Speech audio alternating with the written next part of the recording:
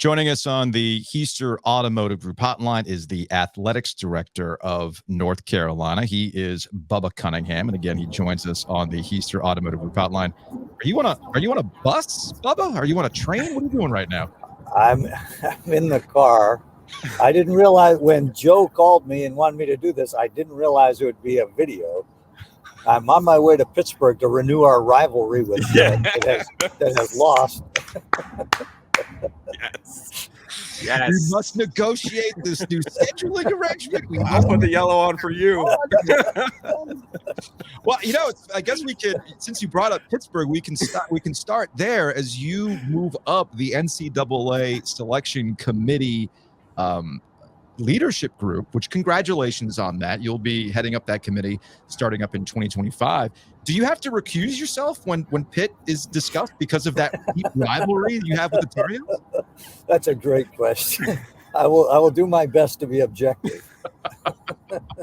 So again, thanks for coming on. We appreciate the time. I know things are there's no real off season for you as athletics director, because beyond just handling what you are in control of with your actual teams and dealing with coaches, everything else, you're trying to bring events, you're trying to generate some more revenue. And you had an awesome opportunity with Chelsea and Wrexham. I did not go last night, but everybody that I know that did go had an amazing time. It looked great on television. And I got to imagine that this is not the end of what you're trying to do with Kenan and bringing more events like this in the future, right? Yeah, it was a great event. It was a lot of fun. We had an awful lot of people on campus and at the stadium that had never been there. And, Chelsea just does this tour all over the United States. And it was very fortunate that Wrexham is so popular right now. So to have Wrexham come as well, it was a fun event. People really enjoyed it. It made, Chapel Hill's very quiet in the summer. So it gave some life to Chapel Hill's, a summer activity. It was a fun night, a little hot. It was funny. I was listening to those interviews, a lot of the players. First thing they asked them when they got off the bus, when they flew in, how do you like North Carolina? Every one of them, it's hot. It was, those guys from Scotland don't expect that kind of humidity, but overall, it's a really fun night. Is there a way for you? I know one of the big problems in trying to get different events to Chapel Hill is you are like a functional campus with a functional hospital next to your football stadium. So is this something, can you try to attract some things in the summer like this, maybe concerts or other events that might work for you guys at Kenan? Yeah, we used to do some of those long before I got here back in the 80s and 90s. We did them. Parking, alcohol sales, those things really drive those third-party events. And, the state law has changed. So now we can provide or serve alcohol, sell alcohol.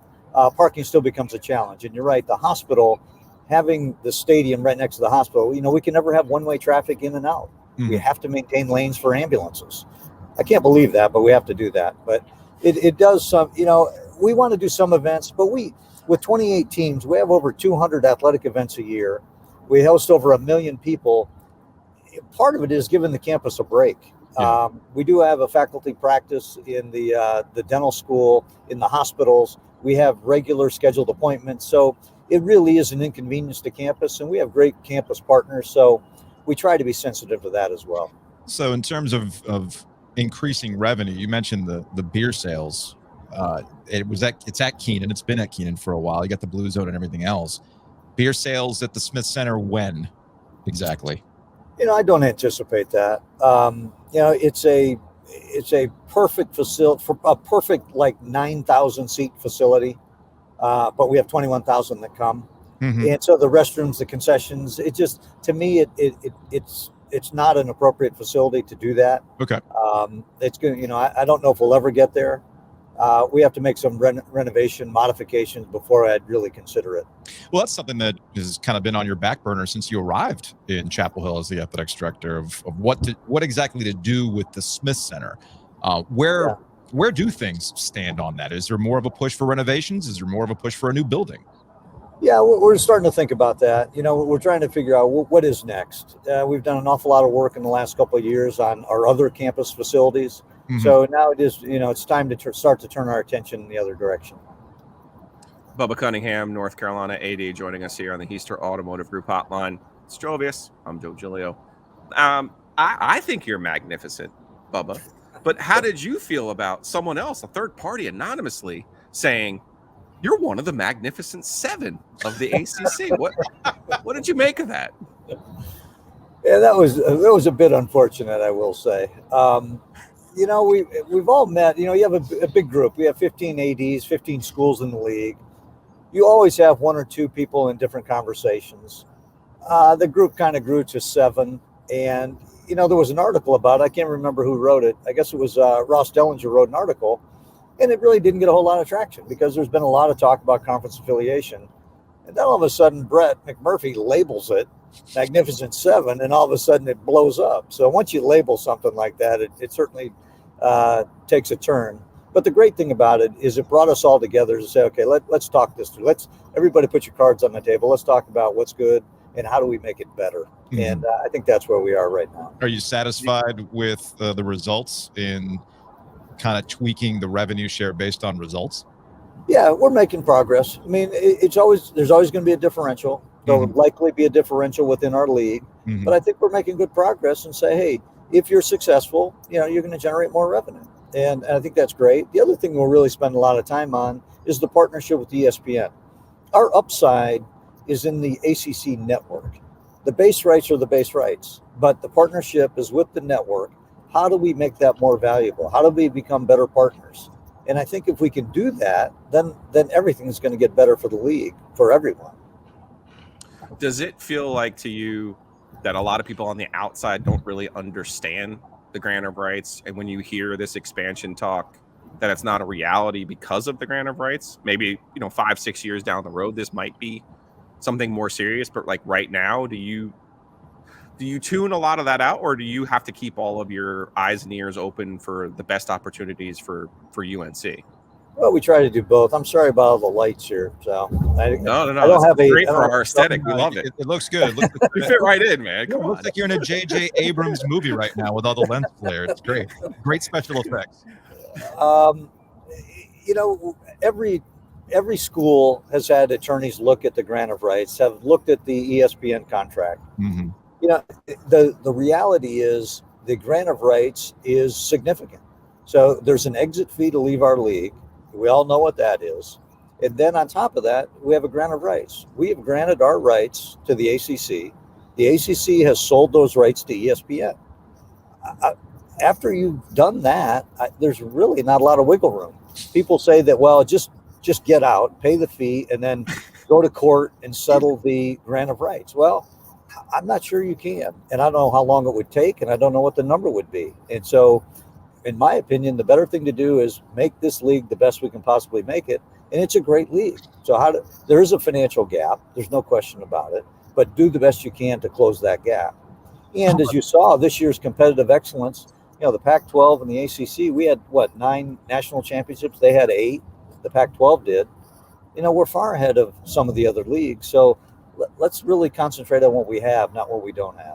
I don't want to belabor the point, but you said, and I don't want to misquote you here. You don't know what the number is, but so what are all the lawyers trading notes about? I mean, I'm not trying to dismiss the idea that the Magnificent 7 had it had a name, it had a label. That's what picked up on social media, and that's what everybody obsessed with. But it's pretty obvious that y'all have been talking. So what exactly have you been talking about if you don't know what the number is to leave? Well, first of all, we didn't label ourselves, right? True. I mean, Brett tagged us, okay. Right. Second is... Are you sure it wasn't the Florida State AD? Come on now. I had how the sausage is made. I will tell you both a name that I gave us after the fact, but I won't do it on this thing. Okay. Got it.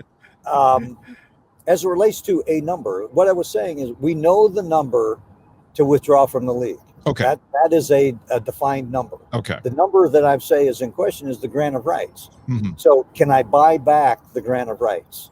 I know the grant of rights says I've granted my rights. They've been sold to ESPN. I could calculate that number and say they own my rights from now until 2036. The payout is going to be $30 million a year. So that's 12 years. That's going to be $360 million. Let's just say that that's the number. My point is we would go to court and argue and say, well, I can't pay that or I shouldn't pay that. ACC say, well, just give us X million. to get out. That's why I'm saying that number's not known. Got it. That's what I meant by that. I just want a clarification on that because, somebody might take this conversation, put it on social media and, go crazy with it. I can't believe that would happen. Never, not in this environment. So let me ask you this. You obviously have a tremendous relationship with Boo Corrigan, NC State's athletic director. Randy Woodson and Kevin Guskowitz also have a really good relationship. Is there any scenario where you could see Carolina, the flagship, making a power move and leaving NC State behind? No, as you said, we've got great relationships. We communicate. We're in the same system. What I see us doing is cooperating, working together, and finding a great solution. Again, we want to stay in the ACC. We want the ACC to be strong. We're not actively out there saying, hey, what are we going to do? We're actively trying to figure out, how do we close the revenue gap? How do we maintain the teams that we have and the success that we have? That's been our charge. The other stuff is conversational. You recognize, though, that you're in a different position than pretty much every school not named Notre Dame. Like, if there was a free draft right now, North Carolina might even go ahead of Notre Dame, in my opinion. That's how strong your brand is. So you're in a different position than Georgia Tech, Wake Forest, NC State. Yeah. You're a wanted, known, proven commodity. So isn't it almost like incumbent? Almost, don't you need to be the one as Carolina and as the leadership at Carolina to be like, all right, what can we do to make the ACC what it is? Because quite frankly, we've tied Carolina and the ACC for a lot of different reasons together for, almost 70 years now. Right. Yeah, that's what we're trying to do. What can we do to make the ACC better? That's where we are. Mm-hmm. And at some point when you have some room to either change the ACC or leave the ACC, but that's quite a ways off. So right now, I think it's our responsibility to make the ACC as good as we can and make it as the best situation for North Carolina. And I think some of these success incentives we're talking about have all started to come to fruition. We've talked about this for a while, but as the league has gotten bigger, I think now it's starting to get a little more traction. Giglio mentioned it, your relationship with NC State Athletics Director Boo Corrigan. Do you guys kind of chuckle that you control everything in basketball and football these days with the CFP and the NCAA committee? Like everything's coming through the triangle now, Bubba. He's like, I was on the committee last year. I couldn't get my men's team in, man. I don't know what you're talking about. Exactly. Boo couldn't get his team in the championship either. Right? We both thought when you get on these committees that your team would get a bye or something. It just doesn't work that way. That's only Notre Dame who gets that treatment, sir. Yeah, I guess so. But I mean, it is. So I am curious. The life of somebody who's in athletics, that you're doing what you want to do, but there's always other opportunities. So how long had you thought about kind of getting to a position where you're now doing this with the NCAA selection committee, or Boo Corrigan putting himself in a position where he's the CFP chair? As somebody who's had a lifetime in athletics, how do you get to that point? I guess you probably just said it. They've run out of other options, so you're kind of the guy. Stop. Oh no, that's my career, Bubba.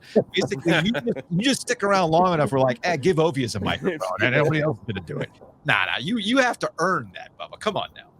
Well, we've been involved in a lot of different things. So, I've been lucky to have been at 4 different schools, 2 public, 2 private, done a bunch of different leagues. So, I do think the experience and and seeing it from different lenses, I think, gives you a different perspective, or a more broad perspective. So, when we talk about other topics, when you and I, or all 3 of us, have talked about broad-based programming, compensation, and those things, that's all because of the different experiences I've had in the different schools. And I think that perspective, especially with the basketball, we have 360 teams. There's, we have everybody from Michigan and Texas with a couple $100 million budgets, all the way down to, Centenary, Fairleigh Dickinson, or FAU in one tournament. So how do you try to treat everyone fairly and create opportunities and exposure for the most important thing for the NCAA, which is their lifeblood? So I think that perspective helps. Where do things stand? Last question on the NCAA from me. Where do things stand on the kicking around of expanding the NCAA tournament? How do you feel about this? We just started talking about it this summer, just a couple of weeks ago. I know Dan Gavitt had some quotes about it. how do you consider the NIT? You know, we have 68 teams in the NCAA. The NCAA owns the NIT with 32 additional teams. That's 100, but it's really, you know, it's not the same. You know, I get in discussions with, you know, the football coaches and say, you know, half of the football teams qualify for a bowl game. Driving through a bad spot. He's on Old Stage Road apparently in Garner. We got to get better sales. While we're on men's hoops, when you have a disappointing season, you know, part of your job is to go to the coach and say, hey, how can I help you, and how can I help us get to where we want to be? What were some of those conversations like with Hubert this offseason? Well, when I went to see him, he said, you should probably go talk to baseball because they're in season. He didn't want to talk to me. No, I'm just kidding. You do have those conversations. And, you know, it wasn't the season any of us wanted, including Hubert. So what do? You double down on recruiting. You think about everything that's involved with your program, your players, your coaches. What can we do better administratively? And then you go out and you make the changes you think are necessary. And you take a look at our roster, and it's very, very different this year than it was last year. And I think that's where you start. Bubba Cunningham, Athletics Director, North Carolina. We appreciate the time as always. We always appreciate these candid conversations. Safe travels, and I guess we'll see you in Charlotte for kickoff next week. Look forward to it. Sorry about the cutting in and out there. Have a great day, you guys. Appreciate it. All right. Thank you. Thank you, Bubba.